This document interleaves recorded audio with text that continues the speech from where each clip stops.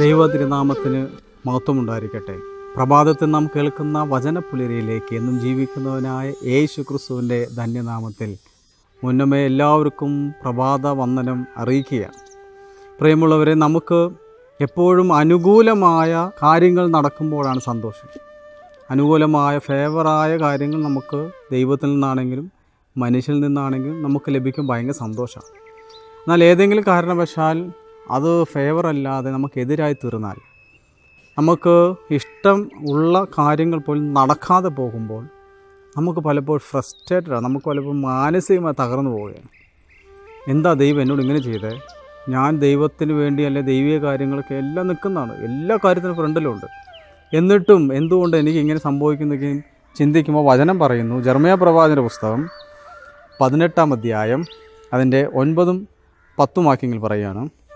ഏതെങ്കിലും ഒരു ജനതയെയോ ഒരു രാജ്യത്തെയോ പടുത്തുയർത്തുമെന്നും നട്ടു വളർത്തുമെന്നും എപ്പോഴെങ്കിലും ഞാൻ പ്രഖ്യാപിച്ചിരിക്കെ, എന്നുവെച്ചാൽ അനുകൂലമായ നിലപാട് ദൈവത്തിൽ നിന്ന് ലഭിച്ചു.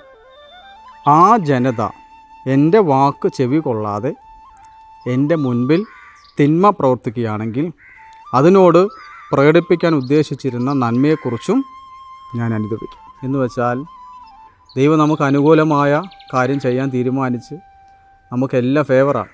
പക്ഷേ ആ ജനത, അവിടെ ജനത എന്ന് പറഞ്ഞു, അവിടെ എന്നെയാക്കി കാണും. ആ വ്യക്തി ദൈവത്തോട് തിന്മ പ്രവർത്തിച്ചാൽ അനുകൂലമായി ചെയ്യാൻ ഉദ്ദേശിക്കുന്ന കാര്യത്തിൽ നിന്നും ദൈവം എന്ത് ചെയ്യും? അതിനെക്കുറിച്ച് അനുദപിക്കുക, അത് ഇല്ലാതായിത്തീരും.